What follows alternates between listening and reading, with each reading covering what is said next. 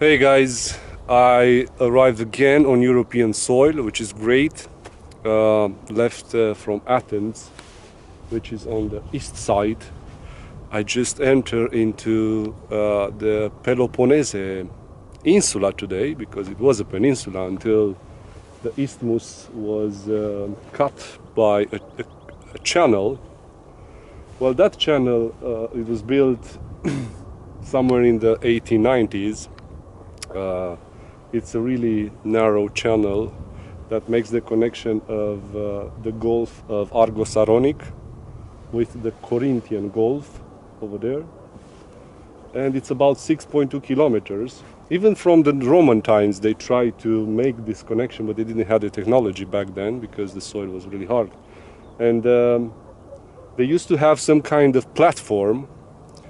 And there's also a kind of link between how the Egyptians managed to build their pyramids. So they dragged the huge blocks of rocks on the round timber. So they built a platform which was dragged on those kind of round timber.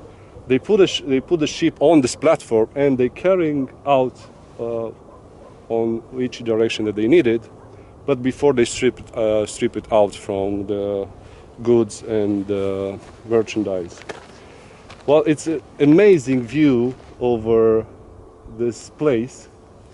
So probably you also realize that I'm standing in Corinth side. I'm in the northeast side of Peloponnese, or Morea as it used to be known. Morea comes actually from the mulberry leaf, the shape of a round leaf on the top and fingers on the bottom.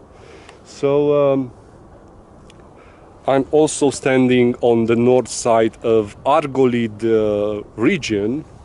From here, from the north side through the south, are the places of Epidaurus, Mycenae, Nemea, all the richest region of Peloponnese in the ancient history. Well, it used to be obviously inhabited first by Mycenaeans. From that time we have the stories and the legends of Menelaus from Sparta, Agamemnon from Mycenae, Nestor from Pylos, and so on. On the other side, I don't know if you can see over there.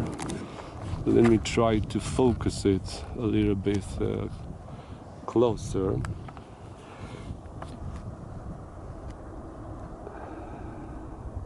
You can see some snow-capped mountains over there. It's one part over there, and there's the second one's a little bit farther over there. I don't know if I'm focusing correctly, but this is the Pintos Chain Mountains, and the reason for which I wanted to show you these ones are because we've been there. If you've seen the videos from Delphi, well, over there is Delphi, and Lycura is the highest peak over there, more than 2,450 meters, with the mountain spa resort of Arachova. So the view from here is amazing. I'm standing on this acropolis. It rises more than 500 meters above sea level, and we're going to talk about it in a minute. But first, I really want to show you the surroundings, because this insula today, since 1893, when the channel was finished, it's an amazing part of Greek territory with lots of mountains. And I want to visit almost the entire insula if I can in the next days. So Over there are the Kyllini Mountains. They also have a bit of snow on top of it. The closest mountains from where I'm standing.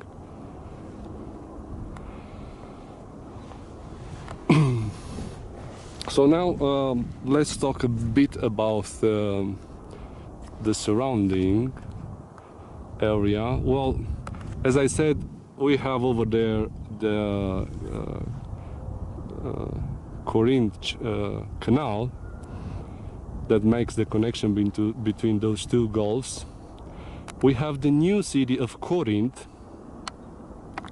It's probably one of the most important ports of Greece. And we have here the ancient Corinth. But what we can see from here is not that much. But I think we can distinguish over there. There is the temple of Apollo. The ancient Corinth was rose mainly by the Romans. It used to be obviously inhabited by Greeks before, but the Romans conquered this area in the middle of the second century before Christ. And 100 years later, Julius Caesar decided to rebuild the city because the Romans usually raze it to the ground. They do that almost all the time. And so in 44 before Christ, Julius Caesar decided to rebuild the city, and the city started to flourish under his rule because he also appointed Corinth as capital of the South Greek region called Achaea, and Corinth started to flourish in those times. So we have about 7 columns over there of Apollo temple. There are also other buildings and remnants of Greek and Roman occupation. There is also a spring over there, the Lower Pyrenees spring. It's a spring, I don't know if you remember, from Turkey, southern Anatolia, where we discussed about the places that we visited of that civilization that lived in south of Turkey, in Anatolia, the Lycians. So there we visited a town where I had some problems finding the tomb of Bellerophon, who actually managed to tame Pegasus, the flying horse. So it is said that spring over there was, the legend has it that when Pegasus was catched by Bellerophon, well, he struck with his hoof, and on that place where he struck with his foot the rock, a spring came out. That's the Lower Pyrenees. Another important spring that everybody believes, and it's normal to believe that thing, it's the Upper Pyrenees, which is somewhere on the south side over there. I didn't locate it yet, but it's definitely somewhere over there. It's a bit hard to be found. It is the Upper Pyrenees spring. This is what gave this acropolis a huge advantage, because it had its own spring, and it's a really natural fortress because it has really sheer vertical walls, and the only part that could have been used for breaking in this acropolis is the west side over there, and it has 3 lines of tall walls that defends this acropolis, this fortress, with 3 huge gates. It was built in this shape with these huge walls. From here we can't see that much, but I think the view from here it's amazing. So that's why I picked this place. But the entire Acropolis was inhabited, as I said, since the Mycenaeans, then the Greeks, then the Romans, and even then by the Byzantines. They started to make the walls stronger, and during the Franks and Venetians they started to make towers and to enforce them and to make places for cannons.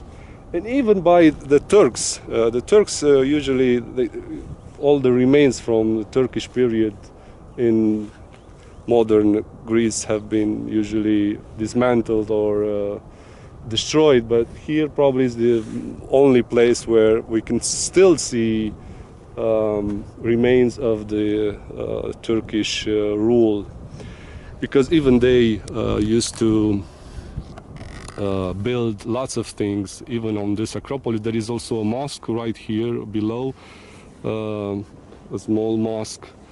There is also over there's a palace, or shape of a palace, the tower of a palace.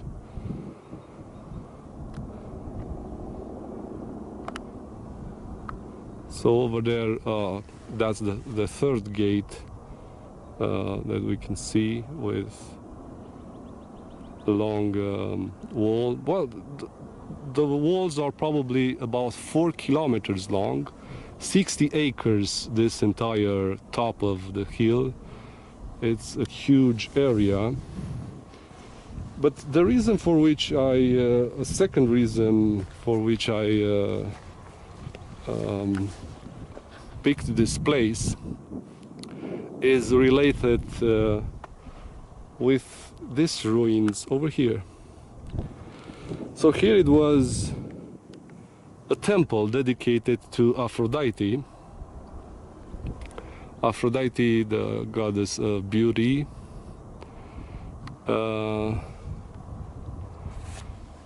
This temple, which at first was dedicated during Greek times to Aphrodite, in Roman times obviously it was dedicated to Venus.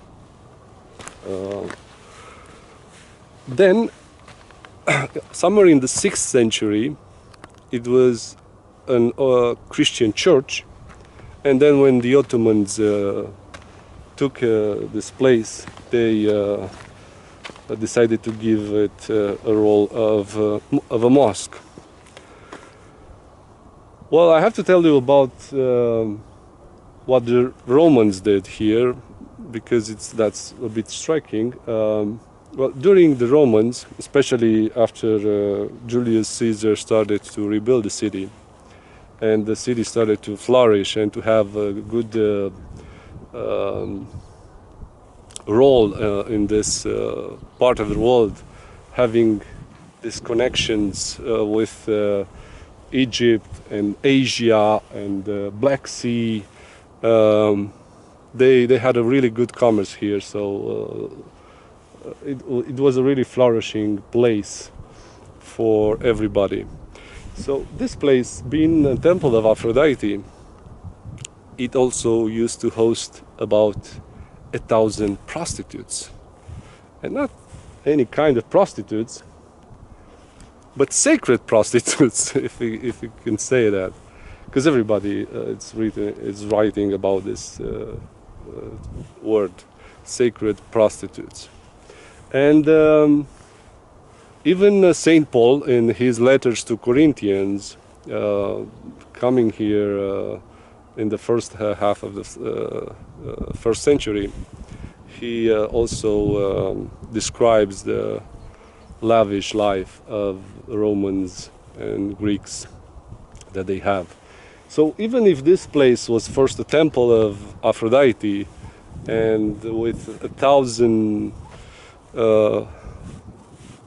worshippers, then it was, in the 6th century, it was made a Christian church. So in the end, St. Paul won. But afterwards it was modified as a mosque. So This is a beautiful place. Peloponnese probably holds what's best in the Greek world. The landscape, it's amazing, and this is a really strategic position, and I can understand why everybody wanted this place, and even Crusaders fought here fiercely to conquer this place, because they knew that this hill is actually a good and really strategic point to control trade and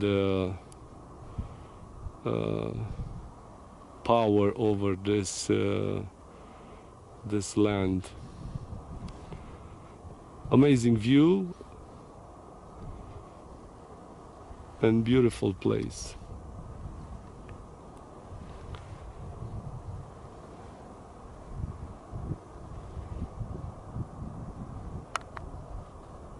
So we enter in Peloponnese, the land of legends, because most of the legends wrote by Homer in the 7th, 8th century before Christ were actually happening during the Mycenaeans, between the 14th and 12th century before Christ.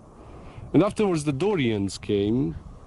Dorians were a northern tribe that after they came, the entire Greece entered in what they call it the Dark Ages of Greece.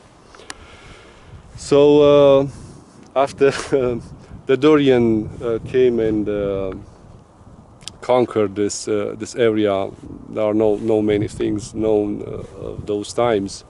That's why they are called Dark Ages. And but all legends that we know were born during the Mycenaeans. So we actually enter in their famous old place, and hopefully we're going to visit an important part of them. So until then, see you next time.